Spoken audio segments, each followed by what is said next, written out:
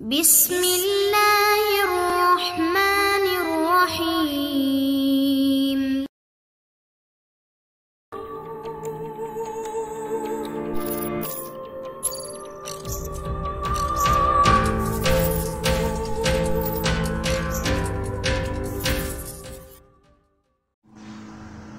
अस्सलाम वालेकुम दोस्तों, Imran series novel foul play by मज़ा कलीम MA।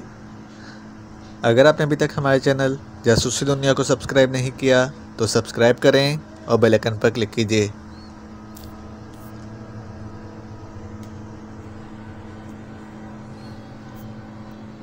ये प्रिंस छोड़ो, डैडी को पता चल गया कि हम इस बनियागिरी के चक्कर में पड़ गए हैं तो वो हमें रियासत से ही आग कर देंगे। बाकी रही रकम तो ये मामूली रकम है, इतनी रकम तो हम अपनी सालगिरह पर मुबारकबाद देने वालों को बांट दिया करते हैं। इमरान ने मुंह बनाते हुए कहा और रिचर्ड और लूसिया की आंखें इतनी तेज़ी से फैलने लगीं कि इमरान को ख़तरा महसूस होने लगा कि वो यकीनन कानों तक पहुंच जाएंगी। तो फिर डन प्रिंस, रिचर्ड ने मुसर्रत से कांपते हुए लहजे में कहा। हाँ डन ही समझो, मैं तुम्हें रकम दे दूंगा, तुम जाकर फिल्म बना लेना, बस इसका एक प्रिंट हमें भिजवा देना, हम देख लेंगे। इमरान ने बड़े बेनियाज़ाना लहजे में कहा। बिल्कुल प्रिंस बिल्कुल, तो फिर रकम कब देंगे आप? अभी दे देते हैं, बस एक फ़ोन हमें बैंक में करना होगा, मैनेजर रकम लेकर यहाँ पहुँच जाएगा। तो फिर मैं फ़ोन मंगवाऊँ? लेकिन वो पहला उधार। दरअसल बात यह है कि हम क्लियरेंस के बगैर आगे नहीं बढ़ते। डैडी कहते हैं क्लियरेंस बहुत ज़रूरी है। उधार? क्लियरेंस? क्या मतलब? मैं समझा नहीं। रिचर्ड ने चौंकते हुए पूछा। लूसिया तो बिल्कुल ही खामोश बैठी हुई थी। इसकी हालत तो ऐसे थी जैसे उसे सांप सूंघ गया हो। भैया हमने मशरूब के लिए 1 लाख रुपया दिया है और ये मिस लूसिया ने उधार लिया है। जब वो 1 लाख रुपया वापस मिलेगा तो हम 10 करोड़ रुपए दे देंगे ताकि क्लियरेंस हो जाए। और वैसे हम वो 1 लाख रुपया भी मिस लूसिया को तोहफे के तौर पर पेश कर देंगे, क्योंकि हमारे लिए 1 लाख रुपए वापस लेना तौहीन है, लेकिन वो उसूल और क्लियरेंस ये बड़ी मजबूरी है। इमरान ने सर हिलाते हुए कहा। रिचर्ड चंद लम्हे तो बैठा होंठ काटता रहा, जैसे किसी फैसले पर पहुंचना चाहता हो। फिर इसने यकलख्त कंधे झटके। ठीक है प्रिंस, बात वाकई उसूल की है। मैं अभी मिस लूसिया की तरफ से आपको 1 लाख पेश करता हूँ, रिचर्ड ने कहा और वो जल्दी से उठकर काउंटर की तरफ बढ़ गया। क्या वाकई आप 1 लाख रुपए मुझे तोहफे में दे देंगे और 10 करोड़ रुपए फिल्म पर लगाएंगे? लूसिया ने रिचर्ड की जाते ही आंखें फाड़ते हुए पूछा। हाँ, तो इसमें हैरत की क्या बात है? ये 1 लाख, ये 10 करोड़ रुपए की हमारे नज़रों में क्या हैसियत है? हम प्रिंस हैं, कोई घिसियारे तो नहीं हैं, इमरान ने बेनियाज़ाना लहजे में कहा। उसी लम्हे रिचर्ड वापस आ गया। इसके हाथ में बड़े नोटों की गड्डी थी। वो शायद काउंटर पर से चेक देकर ले आया था। ये 1 लाख रुपए हैं, ये लीजिए और बैंक से रकम मंगवा लीजिए। अब तो क्लियरेंस हो गई। रिचर्ड ने नोटों की गड्डी इमरान की तरफ बढ़ाते हुए कहा। असली हैं? इमरान ने गड्डी हाथ में लेते हुए कहा और फिर उसे गौर से देखकर उसने गड्डी कोट की अंदरूनी जेब में रख ली। ये तो आप मुझे तोहफे में दे रहे थे। ये पुराने नोट हैं, ये भला कैसे तोहफे में दिए जा सकते हैं? हम नए नोट देना चाहते हैं। मैं बैंक मैनेजर को कह दूंगा, वो आपके लिए बिल्कुल नए नोट ले आएगा। वो फ़ोन आप कर लें, मैंने काउंटर पर कह दिया है, वो फ़ोन यहीं ले आएंगे। खून? अरे बाप रे, आप मुझे खून करने के लिए कह रहे हैं? सॉरी मिस्टर रिचर्ड, मैं किसी का खून नहीं कर सकता, ये मेरे बस से बाहर है, इमरान ने खौफजदा होते हुए कहा। फ़ोन नहीं, खून नहीं, फ़ोन, टेलीफोन कह रहा हूँ, रिचर्ड ने कहा। टेलीफोन? ओह अच्छा, लेकिन किसको करना है और क्यों करना है? इमरान ने पेशानी पर हाथ मार रखते हुए यूँ कहा जैसे वो याददाश्त न होने का मरीज़ हो। वो आप फिल्म बनाने के लिए मुझे 10 करोड़ रुपए दे रहे थे और आपने कहा था कि बैंक मैनेजर को टेलीफोन करना है। वो फिल्म? ओह अच्छा, अब मुझे याद आ गया, वो जिसमें आप गधे पर सवार होंगे। हाँ ज़रूर बनाएं, आप वाकई गधे पर बैठे हुए बहुत खूबसूरत लगेंगे। वैसे भी आपके लिए ये इंतहाई मुनासिब सवारी है, इमरान ने आंखें टपटपाते हुए कहा। लेकिन वो रकम? हाँ ज़रूर, रकम की तो कोई कमी नहीं है। 10 करोड़ क्या, हम चाहें तो 10 अरब रुपए हमारी एक कॉल पर आ सकते हैं। लेकिन मसला है। मसला? कैसा मसला? मसला ये है कि हिसाब किताब तो हमारे सेक्रेटरी के पास होता है, हम तो प्रिंस हैं, हमारा भला हिसाब किताब से क्या ताल्लुक़? अकाउंट भी उसी के नाम है और नंबर भी उसी ही को मालूम है, और हमारा सेक्रेटरी तो छुट्टी पर है, इसलिए मजबूरी है। कल अलबत्ता वो आ जाएगा। क्या आप कल तक इंतज़ार नहीं कर सकते?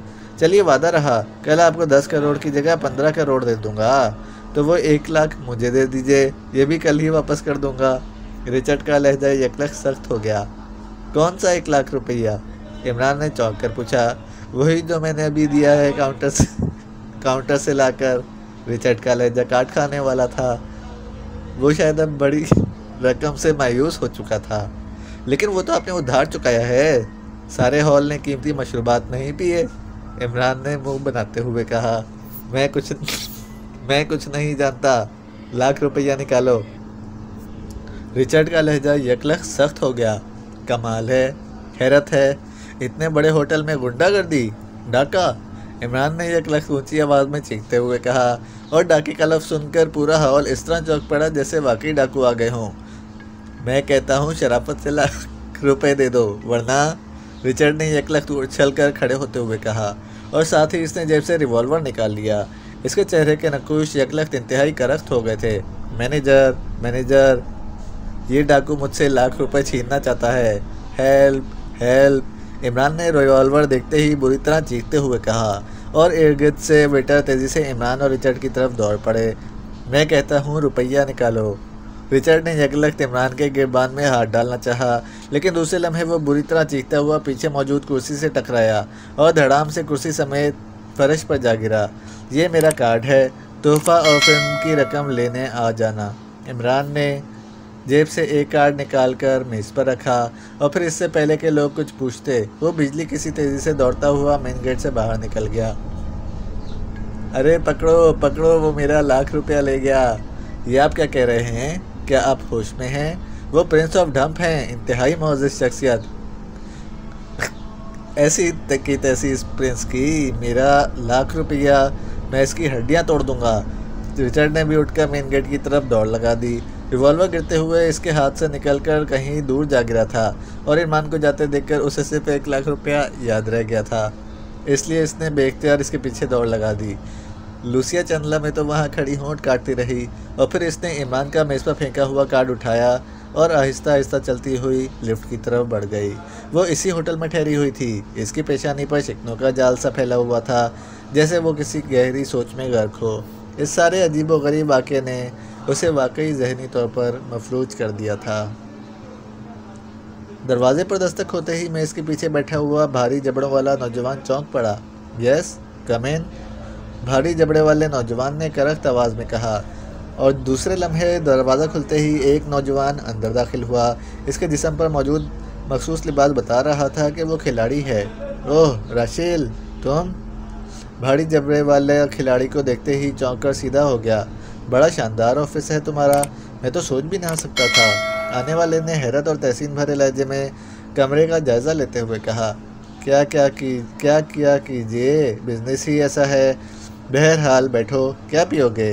भारी जबड़े वाले ने मुस्कुराते हुए कहा, जो चीज़ चाहे पिला दो। राशेल ने बड़े बेतकल्लुफ़ाना लहजे में कहा, और मेज़ के सामने मौजूद एक इंतहाई आरामदेह कुर्सी पर बैठ गया। भारी जबड़े वाले ने मेज़ पर रखी हुई एक खूबसूरत सी घंटी बजाई तो साइड का दरवाज़ा खुला और एक खूबसूरत लड़की अंदर दाखिल हुई। इसके जिस्म पर इंतहाई चुस्त लिबास था। राशेल चौंक कर उसे देखने लगा। लड़की ने भी मुस्कुराकर राशेल को देखा और फिर भारी जबड़े वाले की तरफ मुतवज्जे हो गई। यस बॉस, लड़की ने सवालिया लहजे में कहा। भाई राशेल आए हैं, इनकी कुछ खिदमत करो, भारी जबड़े वाले ने मुस्कुराते हुए कहा। ओह तो आप राशेल हैं, गुड। वही मैं सोच रही थी कि चेहरा जाना पहचाना है। मैं तो आपकी परस्तार हूँ राशेल साहब। आपके फ़ोटो तो मेरे ज़ाती कमरे में हर तरफ फैले हुए हैं। लड़की ने बेइख्तियार आगे बढ़ते हुए मुसाफे के लिए हाथ बढ़ाते हुए कहा। Oh thank you miss, Rachel ने बड़े फ़खरिया लहजे में कहा। मार्गरेट, मैं माउंट की सेक्रेटरी हूँ, मार्गरेट ने तारुफ कराते हुए कहा, और राशेल ने सर हिला दिया। मार्गरेट, आज वो 100 साल पुरानी शराब ले आओ। राशेल साहब भी क्या याद करेंगे कि माउंट एजेंसी में आए और पीने के लिए इन्हें आमसी शराब मिली। भारी जबड़ों वाले ने, जिसका नाम माउंट था, मुस्कुराते हुए कहा। अभी लाई, मार्गरेट ने कहा, और बड़े लगावट भरे अंदाज में राशेल को देखती हुई मुड़ी और उसी दरवाजे में गायब हो गई। मिस्टर माउंट, मेरी समझ में ये बात नहीं आई कि आखिर आपने मुझे किस बिना पर यहाँ आने की दावत दी है। आपने कहा था कि बड़े बिजनेस की बात है, हालांकि आप जानते हैं कि मैं खिलाड़ी हूँ, बिजनेस से मेरा कोई ताल्लुक नहीं है। राशेल ने संजीदा होते हुए कहा। मैं जानता हूँ राशेल साहब कि आप ग्रेटलैंड की क्रिकेट टीम के कप्तान हैं, लेकिन अगर आप चाहें तो बगैर हाथ पैर हिलाए आप लंबी रकम कमा सकते हैं। 2 लाख पाउंड छोटी रकम नहीं होती, माउंट ने मुस्कुराते हुए कहा और साथ ही इसने मेज़ की दराज खोली और नोटों की गड्डियाँ निकाल कर मेज़ पर रखनी शुरू कर दी। 2 लाख पाउंड? क्या मतलब? मुझे तफसील बताइए। राशेल की आंखें हैरत से फैलने लगीं। तफसील भी बता देता हूँ। आपको मालूम है कि आपकी टीम और पाकेशिया की क्रिकेट टीम के दरमियान वनडे और टेस्ट मैचों की सीरीज़ शुरू होने वाली है।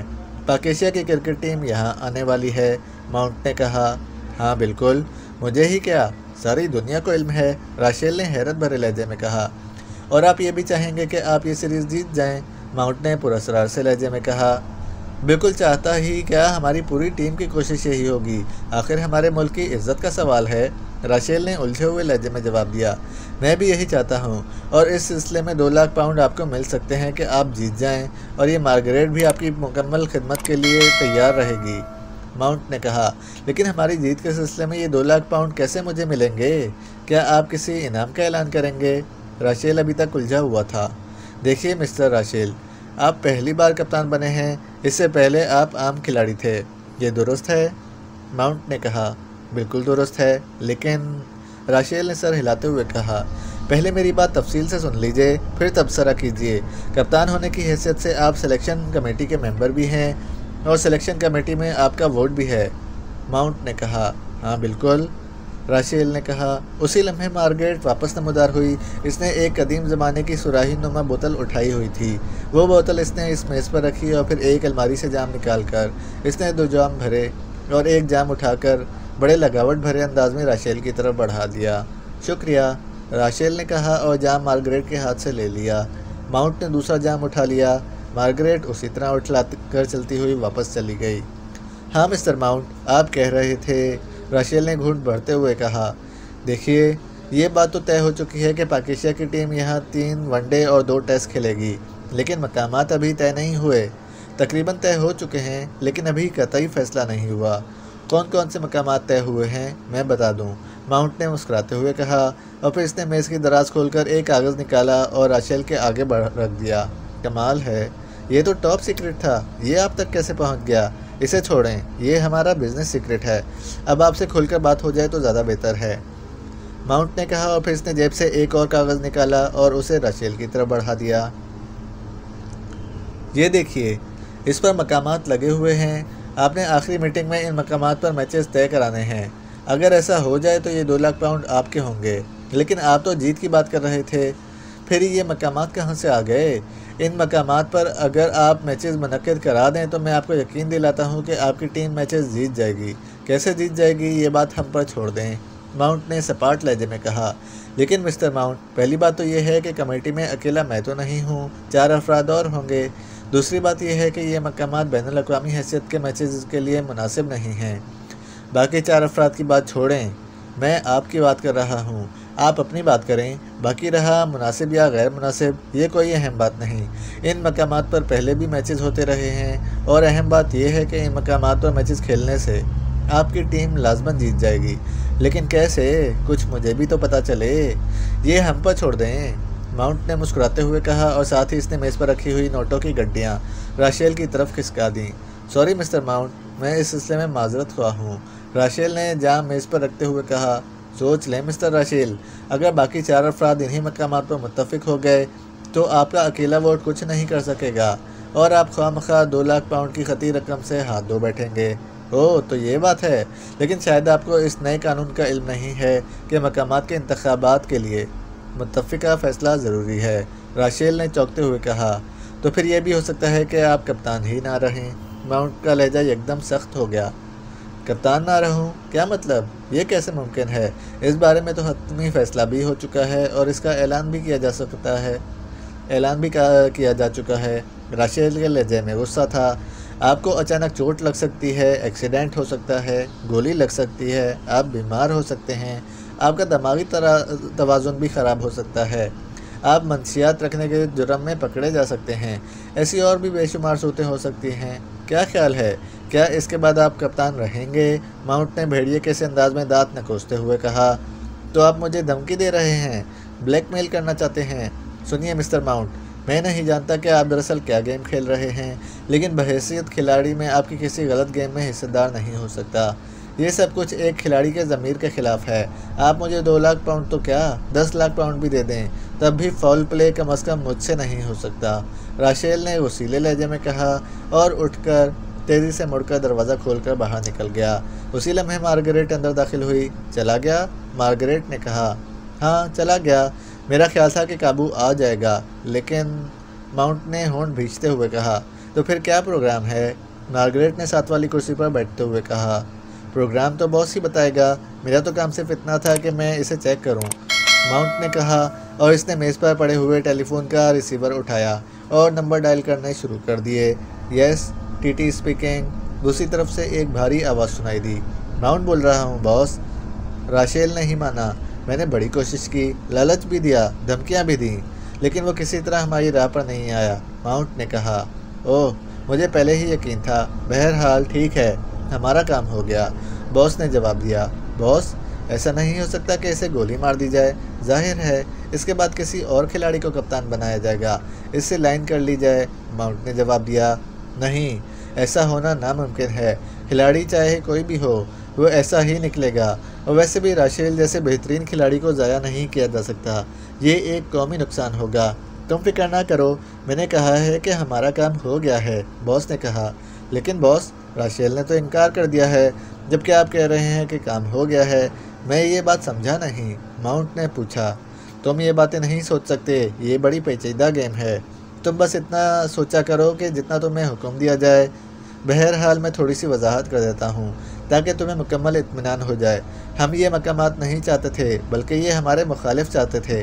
अब राशेल कभी भी इन मकामात पर राज़ी ना होगा और ये हमारा मकसद था, बॉस ने जवाब दिया। ओह, मैं समझ गया बॉस, वाकई बड़ी गहरी गेम है, माउंट ने इत्मीनान भरे लहजे में कहा और दूसरी तरफ से ओके के अल्फाज सुनकर इसने रिसीवर रख दिया।